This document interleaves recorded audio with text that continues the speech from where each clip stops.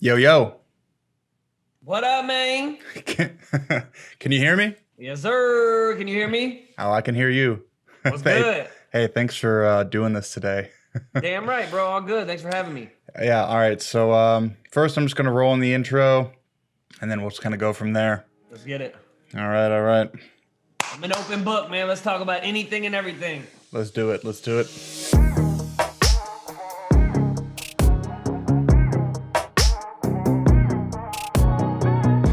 What is going on, everybody? This is episode 3 of the Entrepreneur Project with Auston. I'm your host, Kyler. The goal of this podcast is to educate people on how to improve their lives through the stories of those that have turned their own lives around. Today's guest is somebody that I've recently discovered, I guess you could say. He's working with a lot of these very high level entrepreneurs, influencers, celebrity type personalities, and he's got a very interesting niche, which is, it seems that he does a lot of content creation focused on the music side of things. So without further ado, Joey YAK, welcome. What up, Doe? Thanks for having me, bro. Hey, thanks for being here. So for those that don't know who you are, I was kind of doing a little bit of research on you beforehand, and it looks like you're more integrated with the influencer entrepreneur community than I even expected to be. So for those that don't know, who are you? What do you do? What is your background? Just give people a little something to get a hold of with you. Well, kick back in your seats. It's a long story, but to tell people like what I do, and then I'll give the backstory, is I put my melody to your message because music creates emotion. Our message doesn't. You know, you tell me your message, and when you add music behind it, it truly creates that emotion, that feeling attached to it, right? So literally, I started making custom theme songs. I call them bangers. I don't call them jingles. People, you know, it is a jingle, but we don't use the word jingle. Saying the word jingle is like going into church and saying, you know what I'm saying? Like, we don't use it over here. So I just actually did a commercial called The Death of a Jingle. It's hilarious. I'm like kidnapping the business owner that calls my stuff a jingle. It's hilarious. But that's what I do, man. I help business owners get attention because when they get more attention, obviously they can make more money, right? My background, though, some people are like, wow, how did he get into making bangers for people, right? So I come from the music industry, been doing music my whole entire life, 9, 10, 11 years old. I'm from St. Louis, Missouri. And right when Nelly just blew up, right? The rapper Nelly, he had a group called the St. Lunatics, and they're all from St. Louis. Well, I seen Ali from the St. Lunatics at a fireworks stand, and my dad is super extra, no filter, ran up to him, was like, yo, you need to listen to me rap. When I say me, as in him, he was trying to like show him. So he pulls this recently famous dude in his car, starts rapping for him, and I'm in the back just beatboxing and rapping every word. And, you know, Ali looked at him and was like, look, I don't know about you, dude, but your kid looks like a star. You know, I'm 9 years old at the time. So that like planted a seed in my mind. We took contact information. He was like, this kid's going to be like the white little Bow Wow. I see Disney, I see Fame, I see LA. Totally sold us. And I want everyone to remember him because later on in the story, it's a very powerful lesson that I'm finally aware of. But so we meet him, they blow up, we lose touch. But that was like my stamp of, Joey, you do music, right? So long story short, my dad actually gets addicted to crack, okay? He hits the crack pipe. He blinks. He says 15 years goes by. So my mom raised me. He's in and out of my life. He's in and out of rehab, remarries somebody in rehab, has other kids. You know, it's me, my 2 sisters, and I'm using music as my outlet. Like, it is my therapy, making songs about the situations. And I grew a big buzz in St. Louis, man. And I was like a soccer player growing up that rapped. Everyone knew me as the soccer player, not the rapper. And I go to college. I break my leg, okay? I break my leg, and on that day, the next day I find out I'm having a daughter, okay? I'm having my kid. And I drop out of school, I get a job. This is just me like literally fast forwarding years, you know. So I got a buzz. People know who I am. I go by Yak Boy Fresh. At first I started as J Fresh, but I quit my job, I quit school, got a job at Lufuse Kia as a porter, I'm sitting there, I'm doing shows, I'm selling CDs, blah, blah, blah. I got to make some money, selling weed out of my mom's basement, honestly. And I got to make money to provide for my daughter, right? I get a call one day. I'm like, hello? And this is the lesson. It's Ali from the St. Lunatics. He's like, bro, I've been watching you this whole entire time, this 10 plus years. I love your grind. I love your hustle. I want to sign you. So the lesson there is you never know who is watching you. And honestly, no one is watching you until you give them something to watch, right? I didn't care. I didn't think he was watching. I didn't care if he was watching. I was going for me. And people see that hunger, that drive, that hustle, and they're like, yo, I'm gravitating to that. I want to be a part of that, right? Oh, did we lose you?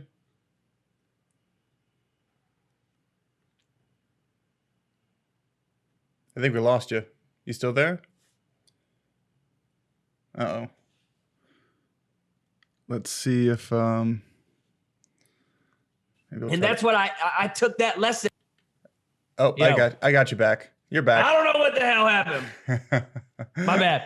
You were too intense for the camera to keep up. Yeah, the Wi-Fi says stop there. No, but you never know who's watching, right? So I get my deal with Ali. I quit my job. I have the deal with Universal Republic for 8 months. Nothing really happened. I flew to LA, met Wendy Goldstein. She was the vice president of Universal Republic. And I asked him, I said, man, let me go, But here's the lesson I also learned. When I got my record deal, I thought I was like the job. I'm the manager. Really, dude, like you just made the team. You just got the job as the janitor, right? So I was 19, 20 years old, very naive, stubborn, had no male role models, nothing like that. So it was a great lesson that I learned in the long run. Looking back now, I was not ready. Got new management, took a meeting with every single person in St. Louis. And this guy named Craig was really cool with Crazy Bone from Bone Thugs and Harmony. And he calls Crazy Bone and says, look, I got this white kid from St. Louis. He's a fucking beast. He has people backing him, blah, blah, blah. Crazy Bone said, if he can get out to LA in the next 2 days, I'll have a meeting with him. Long story short, we scraped up money, got out there. One song I showed him led to 4 songs, led to 10 hours of me and Crazy Bone in the studio creating a song called Scraping the Sky, which led to a music video with him and me, and then which led to a nationwide tour. So I ended up going on tour with Bone Thugs and Harmony for 1.5 years. Had buses, everything, dude. It was awesome. Then it ended up in Hollywood. Now, as that sounds awesome, while I'm doing this, remember what I told you. My dad's a crackhead. He wasn't really in my life. Has an addiction problem. So me living this rock star life with no foundation, no character built, I'm on the road wilding out. Wake up, Adderall, alcohol. I used to joke around and say I lived off AA batteries, Adderall and alcohol. Those were my AA batteries. And then I would go to sleep. I would take a Vicodin or a Xanax, or I would drink until I fell asleep. Different city every night, different girl every night if I wanted to. I was not a role model to my kid. And I was flying first class on a guilt trip, living a rock star life with my daughter's mom at home, working 2 jobs. It looked like I was winning and living, but dude, it was the brokest point of my life. We were financing everything on our own. We were independent. I had people backing me with money. I couldn't even pay child support. It was a low point in my life, man. And, after the tour, then we did another tour with Strange Music with Stevie Stone. And when we were in St. Louis, my St. Louis buzz was just ridiculous. So I brought everybody to the show. Everybody was there for me. And I announced I wasn't doing the tour anymore with them, just because one thing that we didn't understand, we took every opportunity, but me, as you guys can see, if they're watching, I'm a white dude. I should have been on tour with Justin Bieber, right? That was my vibe. It was rap, but it was pop. It was singy. It was melodic, I should have never been on tour with Bone and with Stevie Stone and them. It was just, when I was on tour with Bone Thugs and Harmony, I had to sell so hard to people that did not want to see me rather than being on tour with someone else that was my demographic, that all I had to do was step on stage and do this. Wow, right? So that's a business lesson of the demographic and your target demographic that I learned in the long run. But long story short, I had this awakening, man. For about 12 months, I heard, what I truly know is God's voice telling me to go back home. Leave it all behind. Like, go back home to your baby mom, go back home to your kid, and build your character. It wasn't those words, but like it was those feelings. And you know, there was things that happened in Hollywood, man, that I said, fuck it. You know, I don't even know if I can cuss, but I am. I said, fuck it. I'm out, packed up my bag, slept on my buddy's floor for 2 weeks, met my baby mom in Orlando, which I had no money, and my buddy swiped the credit card for me to have us go to Orlando. And we spent there for 2 to 3 days. And I told her, like, I'm coming home. I'm going to be the man. I'm going to hold it down. I'm going to pay rent. I'm doing it all. And I did. I came back February. I think it was 2015. I got like little labor jobs and or it was 2016. I'm sorry. Labor jobs, and definitely not for me. And I was drinking heavy, man. Like, I was still that same dude. And June 30th, 2016, still to this day, was my last day I ever took a sip of alcohol. So I let alcohol go. I got clean. I got, sober from alcohol. And I found faith, man. I started going to church. I started reading the Bible. I started really believing in God. I grew up Catholic, so all that God, Jesus stuff was like whack to me, right? I even went to a Catholic high school and got kicked out, and that's a whole different story. But I found faith. I found a spiritual side. I got sober. Then I got into digital sales. Someone told me you can get 216% commission. I was like, what? I could sell something 500 hours and make 1,000? So I did that. Long story short, did that for 2 years, made a whole bunch of money, selling business owners, which sometimes I would get chargebacks. Here's my first banger I made. It was, I'm out here fighting chargebacks. That commission that I made, they wanted it all back. And like, I would bump it in the call center and people were like, oh, that's hard. Because everyone was feeling it. Because what we were selling wasn't working. We worked for a big corporate, digital marketing agency that sucked. And dude, when I quit and took that leap after 2 years, I thought I was going to run Facebook ads for artists. And I made one intro for somebody, my boy, Zach Babcock, and people loved it. And then I started attacking like Billie Jean and Tim Grover and Garrett J. White and Cole Hatter and Ryan Stewman. And like all these people that I'm attacking were biting. And like, I would swipe a credit card and go like, hey, I'm actually in your city. Like with Brad Lee, I was like, bro, I'm actually in Vegas on Friday. And he's like, oh, come through, which I had no intention of being in Vegas. I swiped the credit card. I got to Vegas. I rented a car. I drove to LA, slept on my buddy's floor. The same buddy that I slept when I left LA for those 2 weeks, woke up at 7, drove back to Vegas, waited for Brad to hit me up. He ended up putting me in a room for 3 days and let me stay 3 more days because he's seen the drive in my eyes and the hunger. And I told him what I did.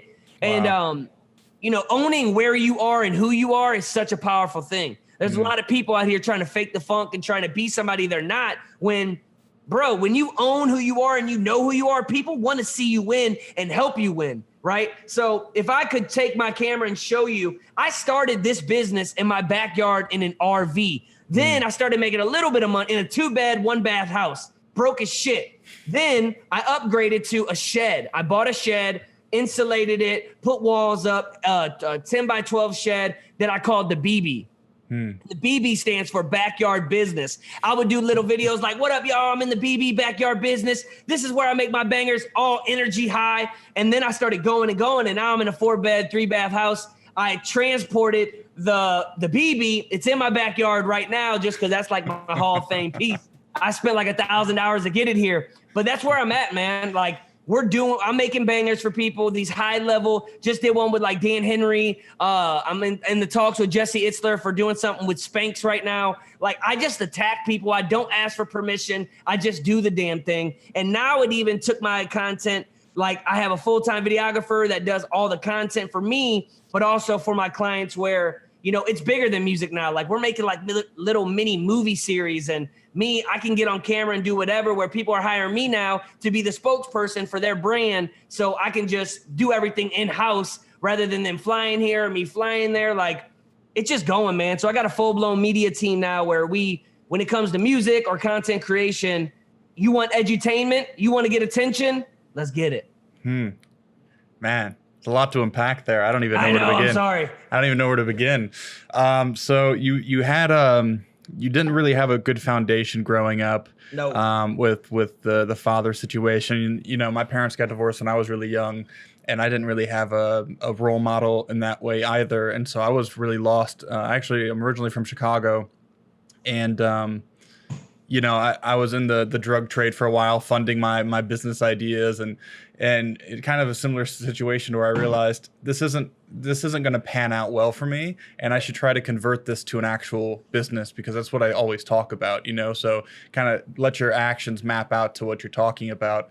So it's really fascinating that the stories you tell are like a culmination of all of these little pieces of advice you'll hear from all of these people that you're actually working with as well. When it comes to like, I just bought the ticket, I took the ride, I didn't ask for permission, I just showed up and I got it done.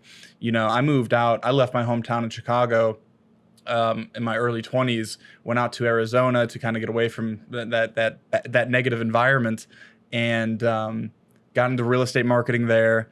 Eventually picked up a camera, started doing some local shows, some music shows. And then I moved out to California, and a couple years later, I'm working for Tony Robbins, traveling the world, being a video producer for him. And I've got no professional background in video production. So it just goes to show you that whole growth hack type of mentality. That guerrilla marketing style, I absolutely love, because I think people really underestimate that strategy. And it just goes to show you with what you've done, how effective it can be, just reaching out to these high profile people. You know, I'll go out and reach out to some top dog in some industry that I want to work with, and I'll just go and I'll get their attention. You know, like I'll go create a sizzle reel for them and send it through, tag them on all the social posts, like, hey man, like this is what your team's doing, but this is what could be happening, you know? And there's a lot of people that you mentioned that I've even worked with. I find that Brad Lee story really fascinating. I like Brad. He's kind of in the same circles that I kind of run with. And you can tell he's like a genuine person. You know, he's got like that Southern hospitality mindset behind him, and he's just a good dude. So it's really cool to hear that story about how you connected with him, and then the Dan Henry thing. You know, also. That was probably where I first started kind of hearing about you, is when you were talking about that, and also with Ryan Stewman, because I'm here in Dallas now, and obviously I'm pretty sure he's based here in Dallas as well. So his name has definitely been thrown around. So man, there's just so much that you kind of went through. Let me go and catch on to that kite. Yeah. So you're currently building businesses, helping businesses build, especially like the influencer type of businesses through. Dude, it's crazy though. Check this out. Like I did some for a home inspection company. I did some for a roofing company. Like I did some for a plumbing company. Like I am doing, what I'm learning is like, those are the industries that need it the most. Like I'm doing one for a generator company and like, it's dope. Like I call myself the generator genie, and like, I'm popping in as like a genie coming from the remote. And like, we're doing some crazy, cool, edutaining stuff, man.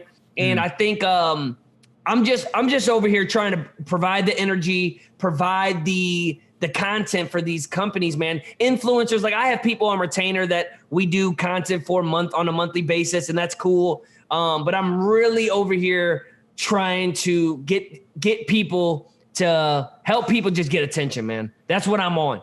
Through music, through funny content, but also heartfelt. Like I'm a real dude, but I have a sense of humor. Like I want to make you cry. I want to make you laugh. I want to make it all happen. And do it with actors, and like it's time to go the next route, not just stand in front of a camera and talk about a call to action. Like let's get, like, why do we watch movies? Entertainment, feeling, emotion, like shit. And it costs so much to make a movie or to make a TV show.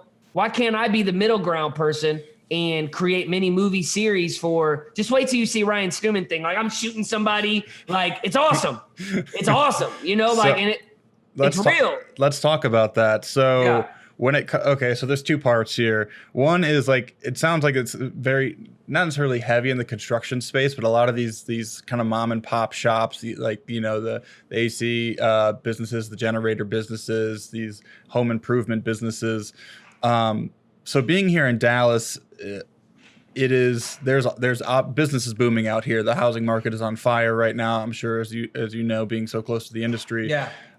What is it that you think, like, there's businesses that are doing really well, but you don't see them going and investing back into marketing at all. They're just going off of referrals and or like word of mouth, and then they don't really see any value when it comes to, like, oh, I see these posts all the time. Some contractor will be like, oh, I just spent $1,500 on ads and for the first 30 days and it didn't work. So now this guy's like a scammer. So I see this a lot in these industries. As what is your belief when it comes to getting attention with these businesses and what they could be doing potentially? Because it's my understanding, like, all these businesses just aren't even in a place to really grow outside of their own comfort zones. Like, they have like a certain set number in their head each year that they want to hit, and like that's it. So then somebody like you comes in and is like, we're going to double your business with these advertisements. And they're like, whoa, we can't even handle that. Like, we're not even in a place to take on really any more business. We're just kind of maybe 1 or 2 deals a week and they're good. So right. Where do you come in and say, no, look, this is how you can, provide for your family. This is how you can donate more to charity. This is how you can have a bigger impact in your local community. If someone doesn't want, like, at the end of the day, it's just like change. It's like they have to want the change as much as you want to create it for them, right? I can't, if someone really responded, like, I can't even handle that, it's like, oh, then I'm not giving it to you, right? Like, You don't want to overwhelm somebody. Overwhelming, getting too many leads and not being able to fulfill it is almost as worse as not having any leads at all, because that's just going to fuck up the reputation of the business, right? So there is a thin line on that. I mean, I only usually work with people that are ready to take on that stuff. I also tell people, hey, my content, I can give you the Lamborghini, but you still got to put gas in it, right? Like, my content with, if you have a good following on organically and you're like me, I don't run ads. Like, all my shit's referral, like, and I stay busy, right? But and my social platform is my gas, right? But some people need to run ads that are trying to do this type of stuff. So you need to have those kind of guides. But the people that are saying, the 30 days, it's not working, I go back to consistency creates certainty. Someone, you need to stay in front of people a whole bunch of times. It's like when you go to a bar and, you see a girl and she's staring at you, you're probably not going to smash on the first night. Sometimes you are. That's the same with our clients, right? They're going to buy right away, and that girl that smashes right away, like, her impulsive ass, her nasty ass, but it's like with the retargeting factors, I don't run ads. I know the language and I can talk about it, but I'm not an ad guy, so I don't try to act like it. But it's the same thing, say somebody watches your video for 25 seconds, you could retarget to people that watched it for 25 seconds. Like, I've even created campaigns for people where, all right, this is video 1. And then video 2 is like, you're sitting there and you look and it's like, if you're watching this video, it's because you watched the last video, right? Yeah. Like, they don't get that, but we know you watched that last video, damn it. It's just, you have to have people that get the game and that know those type of strategies. So the contractors and, those people in those areas that are, they're saying that just because they need that money, So it's also one of those things where you got to pick and choose who you can work with. Me, I'm finally at the growth of my career of being able to pick and choose who I want to work with, where I don't need your money, bro. And when you can get to that point where you don't need the money, oh, it's such a blessing, because then you don't have to work with people that doesn't fit your culture and who you are. So, I mean, if someone says what you just said, I don't even mess with them. I'm like, yo, holler at me when you, one, can take on new people, but also when you're not in a situation where if you don't get, say you spend $3,000, $5,000 with me, and if you don't get a client from it, and like, you're like, well, what if it doesn't work? It's like, dude, this is a timeless piece of content. You can reuse this shit. Like, if you're thinking, oh, I'm getting this video and I'm going to make 5,000 the first day, I'm not working with you, because it's just going to give you a bad vibe on me. So that's where I'm at with that stuff. It's all experience. Experience is definitely the best teacher, and experience is what creates all the processes too. So when you mentioned most of your business is referral based, especially when these contractors or otherwise, we'll kind of hit on that. And I've got a follow-up question, but are they seeing your content from working with other people and they're reaching out? They're like, oh, I know that I need this for my business. And then it's just like a DM or it's like an email. Like, what does that process look like for you when you're, yeah, some people just hit me up in my DM or they'll comment like, damn, dude, like I posted in some Facebook groups, but some people, it's the consistency. Like there's people that have seen like 6 or 7 pieces and then they come to me. They're like, hey man, I've been seeing you everywhere, dude. I need something. And it's like, it's, I don't put out one piece of content and then sit and wait for a referral. I put out a piece of content and then I also have a list where I use Trello for my organization. And on the left side, I have an attack section. And if I see that you're a high level performer with an audience or dude, I'm Mr. Lose the battle to win the war. I'm willing to give you something for free if I know that it's going to value you. And I don't even have to, you don't even have to refer me or anything because people buy from people. What I do is the shit. Flat out, as humble as I can say it, I make dope content. I make awesome bangers. But at the end of the day, I'm a good ass dude, man, with a really deep soul, and I care about people. And people can feel that energy. You don't have to know me face to face to feel me soul to soul. And people know good people. People can see that energy. It attracts. So I'm just also every single day. It's bigger than just what you do. It's also about who you are. And when you can know who you are, people feel that, man. And people want to do business with you. Same with me saying, what up, y'all? I'm in the backyard business. I'm in the BB. People want to be a part of that journey. Or when people see me having daddy-daughter date nights like last night with other business owners. Or when I'm over here with my wife and, like the story about my wife, I'm a father, I'm a husband, I'm sober. Like it's not always about, and I think we could transition into this. It's not always, the content doesn't always have to be about what you have to offer. What about me being almost 5 years not sipping a taste of alcohol and me encouraging other people that are living the life that I'm living to put down the bottle and be more present with your family. Right. So, but when they hear about and now they feel me and now they like me and now I'm encouraging and giving value. But when it's time to get content, they think about me, not only because my content is great, but also because they know Joey is a stand-up guy. He's real, he's honest, and it's going to be a smooth process. So it's about knowing who you are, man. I love that. I love that. So that's a good transition. Kind of goes into my follow-up question, which is like, and it ties back to what you've been doing with acquiring a lot of these high-level clients, which is attention at the end of the day. I would say 80% of the marketing content out there is super, super cut and dry, very, very boring. And I'm even guilty of this at times. Just shooting what is expected to be shot, right? Doing things by the books. This is how everybody else is doing it. But I'll say, and I've been studying more and more of this, which is like the attention grabbing, the human psychology factor of like. For example, I just saw this video the other day. It was a real estate walkthrough video. They're all over the place. Opening shots of drone, then it's a quick pan in, zoom, right. all the fade effects, everything. But then this video was they hired a whole dance crew. And so they had a dance crew break dance through the walkthrough, and it was very well done. It had an awesome track to it. It was like 4 or 5 kids. I think the realtor was like the mom of one of the kids. So she hired like this group of kids to come do a dance routine through the video walkthrough.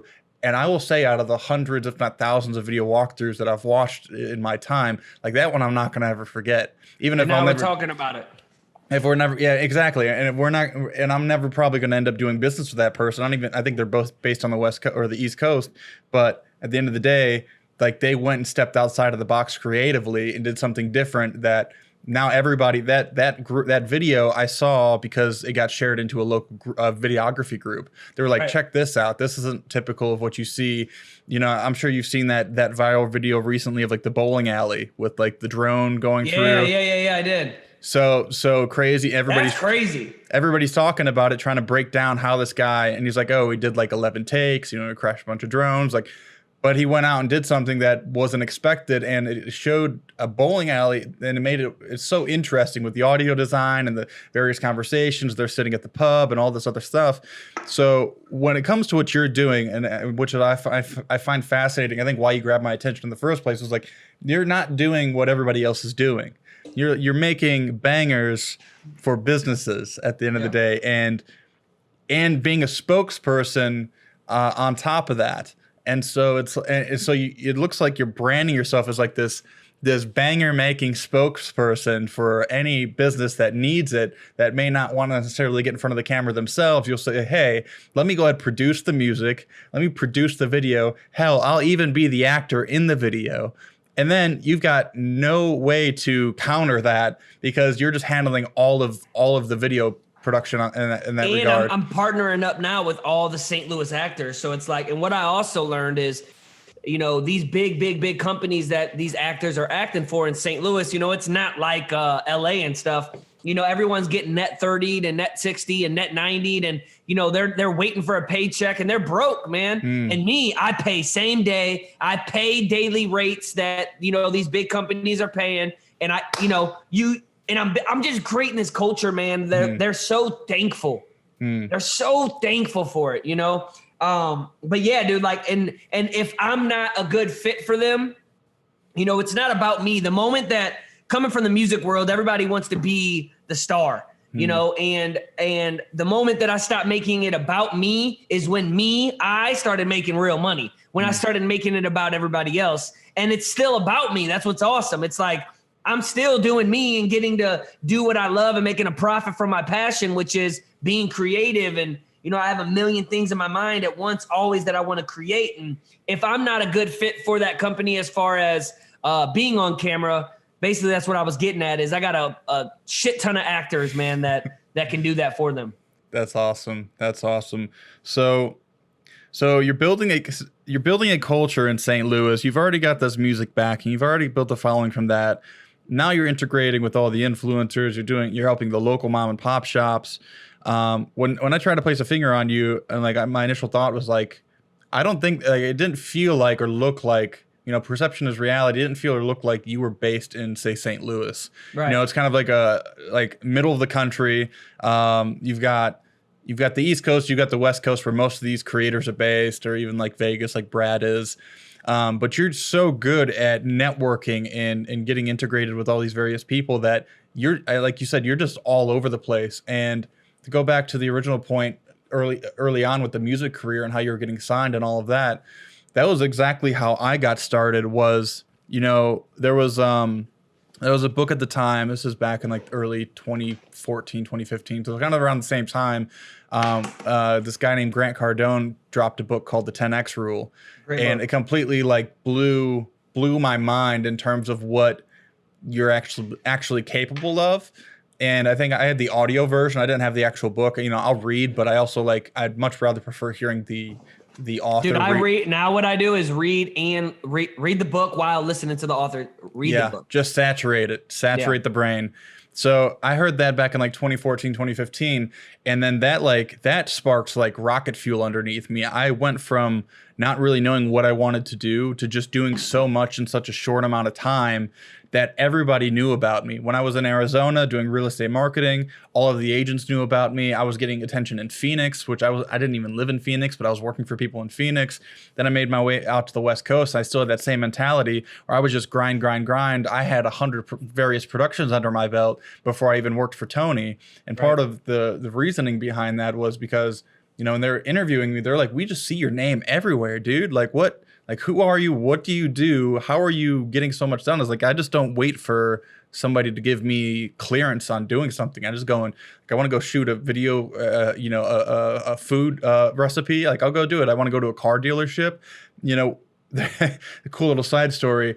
One of the very first projects I did when I moved out to the West Coast, I moved to San Diego at the time. My brother was living there. And I was like, how do I get my first video clients out here? How do I start working out here?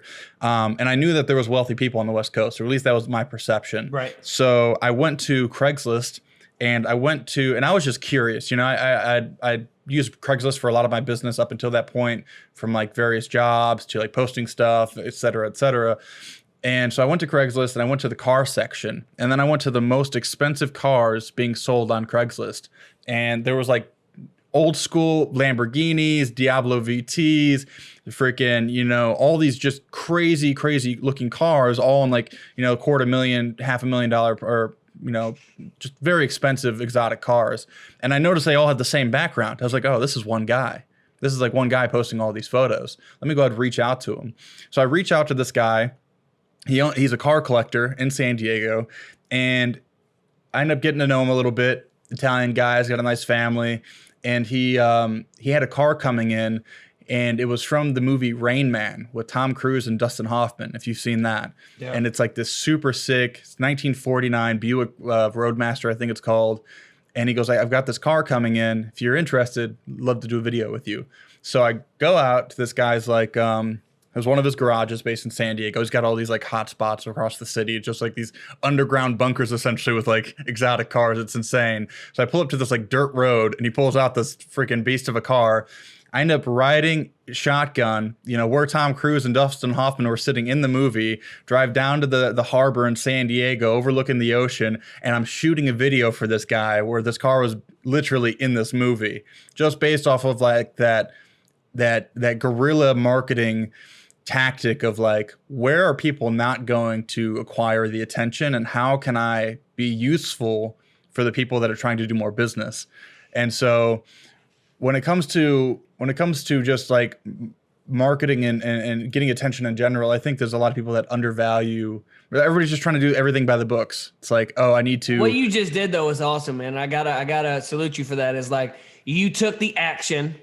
Right. First step was action. The next step was awareness of seeing the backgrounds being the same. Right. And then you said, how can I acquire this dude and get him attention? Right. Fuck, we can call that AAA. Action, awareness, attention. Right. It's like for video people, it's like, all right, what action are you taking to go get these clients? What awareness? And your awareness was same background, but also awareness could be, what do these people need, right? Like you might see what is the pain and the problem inside of their marketing. This is just obviously for people that do kind of what we do.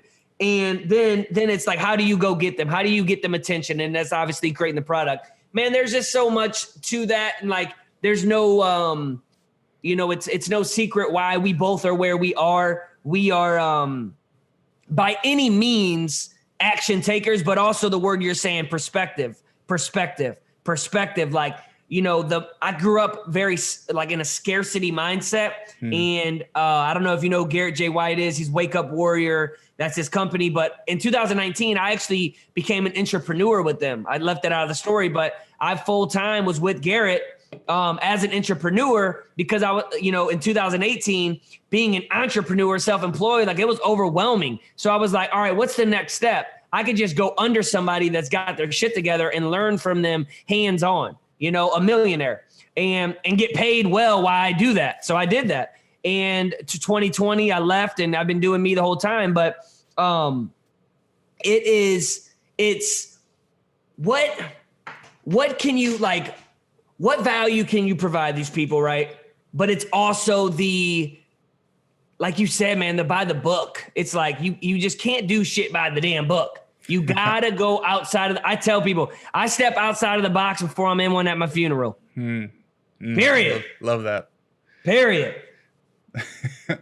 So this is interesting. And it sounds like I just want to maybe just keep beating this dead horse, but it sounds like, we're really on the same page when it comes to this marketing stuff. And when I go and try to acquire somebody or a business or to try to get clients, I'm never approaching it like you said, like we'd been talking about, by the books. If I'll spend more time thinking about the creative approach to get somewhere than I will actually, it's like spend 20 hours sharpening the sword or sharpening the axe and 5 hours chopping the tree versus 40 hours trying to chop the tree with a dull axe. So say you're trying, and this is just advice for the audience in general, and you're trying to work with people, whoever it may be, and I've been talking about this since the beginning of time when I first got started about getting as close to the sun as you possibly can, with whatever type of industry you're trying to work for. Figure out who's at the top, figure out how to provide value to those people, and do whatever you can, ethically to get their attention and provide value as much as possible until they, back to the old sales saying, like, until they either buy or they die, right? Yeah. Or you just found somebody else that's more willing to work with you. So right now, and I was talking about this with my last guest, I'm working with the real estate industry here is on fire, as it is in a lot of places in the country, and I know that I can provide value to these various contractors, builders, boutique real estate firms, etc. And it's like, how do I get their attention that isn't typical of like what other marketing people are trying to do? So instead of like going and like applying for a job on like LinkedIn or going through Craigslist or whatever that route may be, and like doing say 100 applications, now you're burnt out. Now the ball is not in your field. You've put all of the leverage into the client's hands, and then you've got no way to like really play ball with them. So my thought is, especially, and I'm new to Dallas in general. I moved here like 6 months ago. So, and I've evolved my thinking as I've grown in the last few years. So I went and got a list of pretty much every single real estate related business in Dallas. Instead of going and trying to find like the top 100 or find the 100 that are hiring, it's like, no, there's a golden egg, there's a golden goose hiding in here somewhere that's going to be more ideal than anybody else. So it's like 4,000 businesses.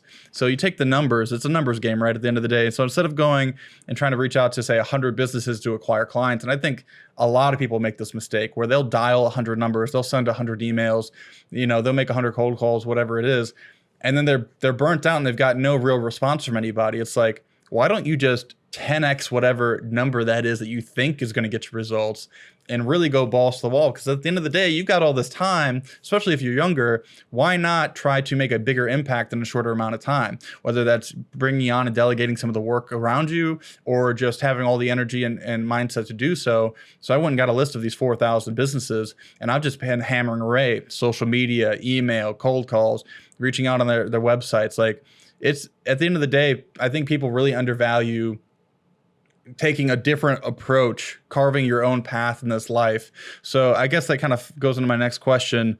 Like, how important is it to carve your own path, outside of maybe the challenges you've gone through, because it's probably been a very unique approach that you've gone, which we could also talk about. But how important is it to carve your own path in terms of trying to make a name for yourself, take care of your family, build something bigger than you at the end of the day?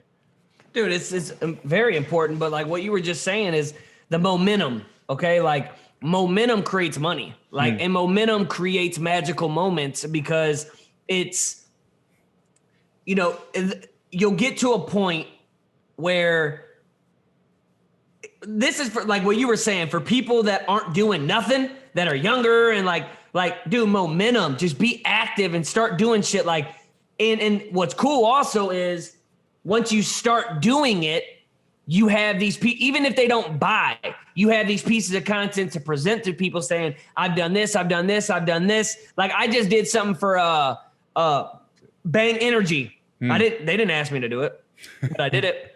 They didn't even bite. But now I got a piece of content that I got that bang. Okay. Like, and I'm not saying I'm faking it, but like I made the piece of content for Bang. You want it, come get it. You just got YAK attacked, right? And I did that for Dan Henry. And then I'm 1 month later, I'm on his yacht making. I seen that. Making a different song. Just wait till you see that. It's hilarious. He's gonna put hundreds of thousands of dollars in ads in it. It's going down. Like it's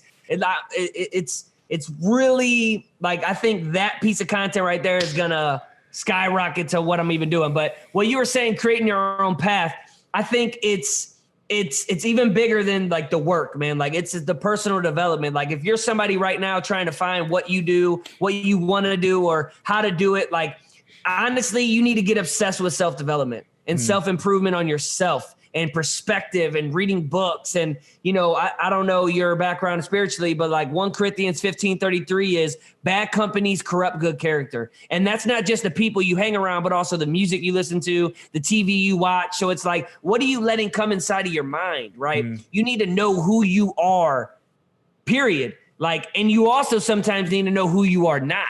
in order to find out who you actually truly are or who you want to become.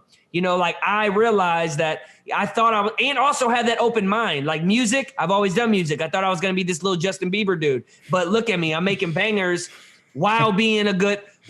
I had to realize who I was not in order to truly slip into who I was, because the formula to success is like 20 subliminal moves equals that one big power move. And you have to have that open mind to let doors open. You know, if I never would have opened my mind up to like doors and trusting the intuition of myself, saying, all right, you know what, I'm going to listen to this inner voice and go home and reestablish, which I don't even think I said in the story, is my baby mom. That's my wife. We have another kid and she's pregnant. Like I reestablished that shit. That is my wife now, dude. Like I reestablished it all, because really deep down, what I truly knew I wanted was not to be like my dad, not to have this step parent type of thing. So what I said is, fuck that. I know who I'm not. Who I'm not is this guy touring the country trying to be this superstar. But who I am and who I'm going to be is a father, a husband, and somebody that owns his truth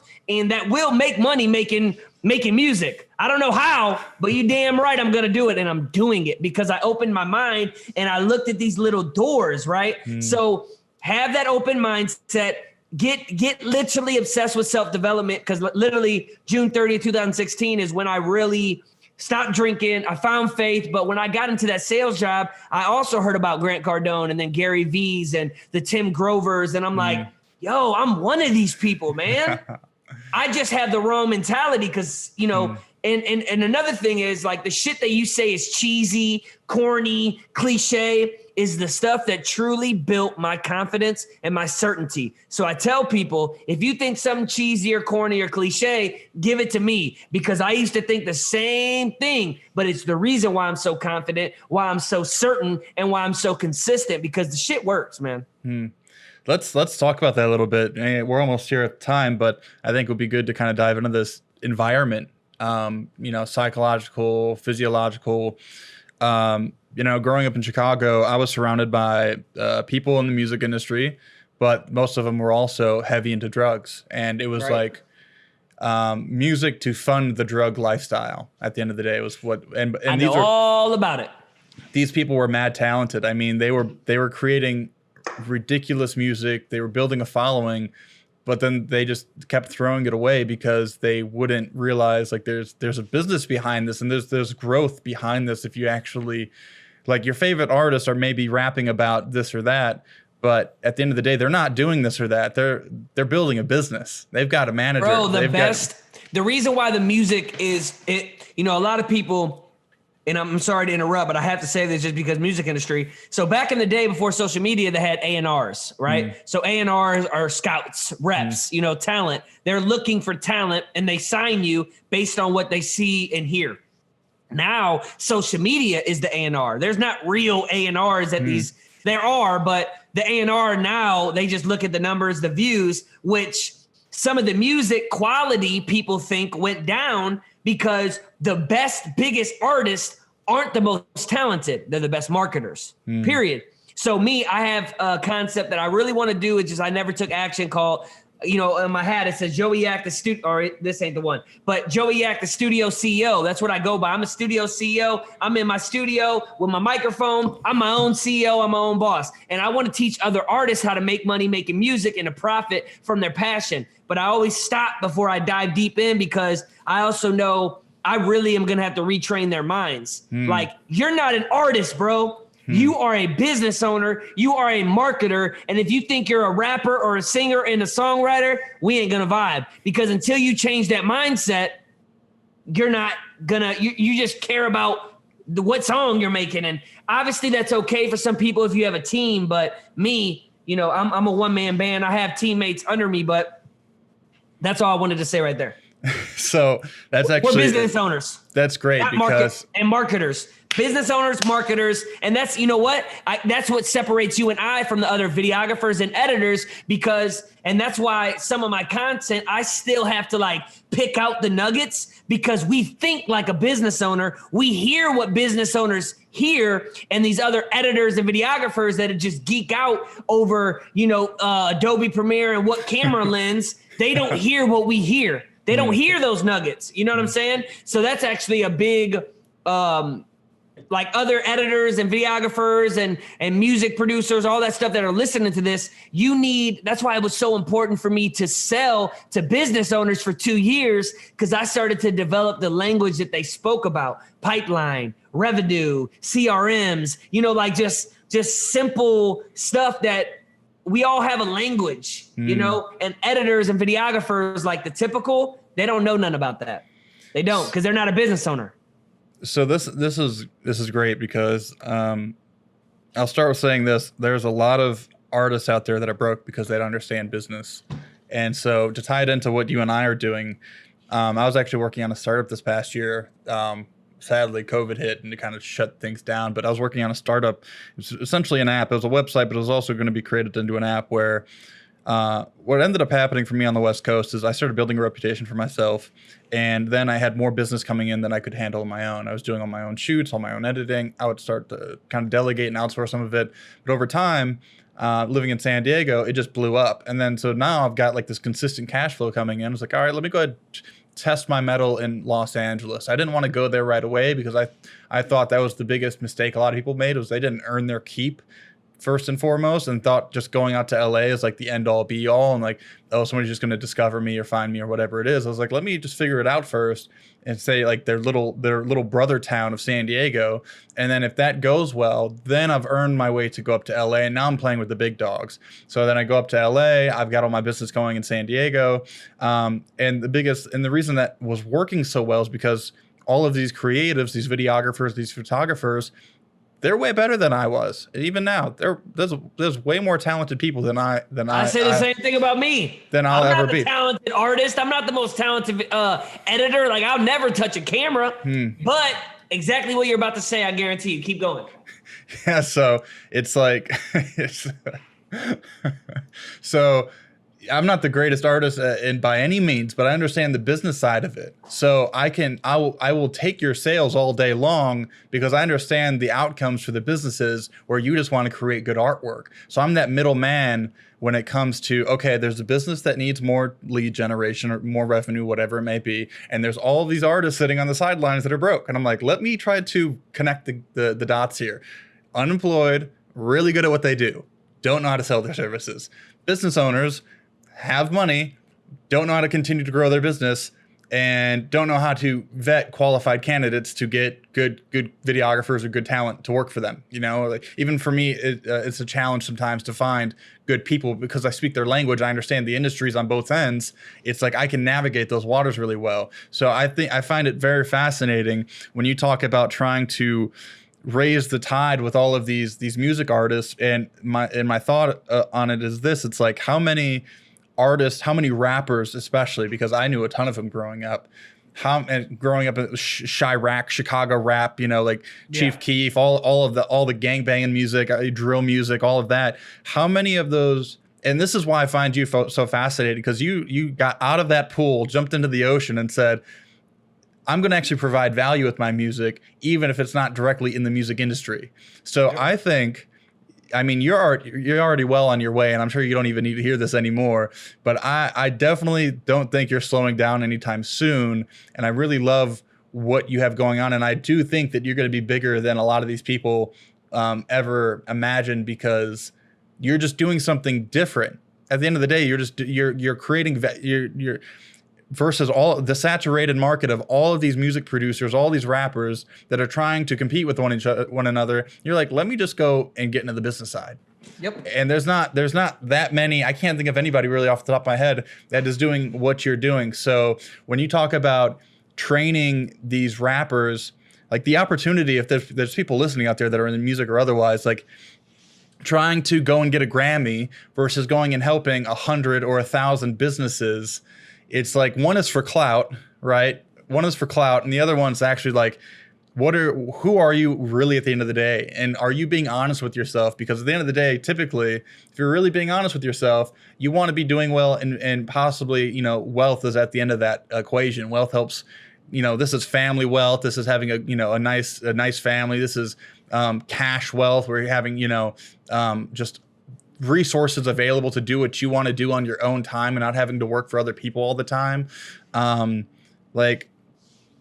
I just think that what you're doing is so fascinating. What would you say to all those people in the music industry or creative people in general that are more worried about creating art every day, but can't even afford to create their art because they're not able to get the clients at the end, because they won't look at the business side of things? What would you tell those people? Well, what you're doing, you can keep doing what you're doing and stay where you are, or you could try something different with a proven track record like me. You know, here's what's funny. So I do video proposals. I unlist them on YouTube. Right. I used to have that dopamine trip of like, I want a whole bunch of likes. I want a whole bunch of views. I want a whole bunch of blah, blah, blah. Right. It's just a dopamine trip, and then it wears off, and then who cares? Right. But I can do these video proposals for these business owners, unlist it, send it to them. It'll get 3 views. I'll close them and make $5,000. Yeah. Okay. Hey, artist, all you guys, you can keep your millions of views. I'm going to go get this 5 racks real quick. And I've prepared for this moment since I was 9, 10, 11 years old, that I literally can press record and make a banger for a business owner in 10 fucking minutes. For real. It's like that, you know? So for these creatives, man, there's money out here. Don't let anybody tell you that you can't make money making music. You just need to open up your mind and see, you might not be a superstar. You might not be a Grammy-nominated artist. And if you just want that attention and that fame, that's cool. I've been there. I've been on tours and stuff. And sometimes you have to get to a certain place and get smacked in the face to realize that's not what you want. Kind of like I said earlier, who you are not. You need to sometimes figure out to realize who you are, who you want to become. And I realized that I don't want that, because I couldn't stay sober doing that. I didn't want to be this drunk ass dude. I also never thought that I was ever going to be able to give up alcohol. Like, that was my homie. Alcohol was my boy. Like, we kicked it, right? And it was just a coping mechanism of shit that I'm on a retainer for my boy Mark Jennison. He has a company called I'm a Comeback, and his tagline is, it's a choice. It's not a disease, it's a choice. And it's true. Drinking isn't the problem. Drinking is the solution to a problem. And that's everything. Or how we cope, smoking weed or getting with a whole bunch of females. Like, I even learned that when I was out there fucking around, it was a coping mechanism. My problem wasn't females. It was something deep down. That was the solution of me feeling like a man because I was a boy that had a kid and a baby mom. Like, it's just deep. It gets real deep. So I think, honestly, it starts, though, with getting addicted to being growing you as a person, the self-development and reading and investing in yourself, because you can be creative and that's awesome. But I'm telling you, the most talented artist, songwriter, videographer in the world, like the best of the best, will never be known because they don't want to think like a business owner or a marketer. They just think that talent is enough. And honestly, talent is only 10 to 20% of it. 80% is how you move and the network and who you are as a person. And because people buy from people, man. Like, there's a big psychological factor of all this type of stuff, and you need to go learn it. There is no excuse, man, for anybody, especially, I'm sorry, man, but I got about to have a 3rd kid. I got a wife. I got responsibilities. You know, if you're out there and you ain't got no kids, you ain't got no family, like wife, and you still ain't doing shit, we probably ain't gonna vibe, because that's just an excuse, bro. Love that. All right, well, let's wrap it up, Joey. Mr. Yak, yakety yak. YAK stands for you already know, and if you listen to this whole damn episode and you don't know by now, god damn it, you probably never will. Where can they find you? Where can the audience find you? I mean, you're already all over the place, but Instagram, Facebook, that's where I'm at. And I'm a personal dude. So, like, it's Joey Yak Pieper, Pieper. It's spelled Piper. You can call it Piper. I don't care. Or Instagram, joey.yak. And hit me up, man, if you got any questions, if you're an artist, videographer, editor, and you want to learn how to really create a business, or you just got some personal shit. Like I said, people buy from people, and I know that, and I'm a real dude. So if you listen to this whole episode and you're hearing me talk right now, I know you can feel my soul and my energy, and it's all real, man. So if you ever need anything, holler at me. I love that. All right, Joey, thank you so much for doing this today. Yeah, thanks, man. I'll definitely keep you posted. I'll send you the interview. With you being in Dallas, man, I got some work for you. So holler at me. Let's stay in touch. Let's build, bro. Let's grind. All right, peace, Joey. All right, brother.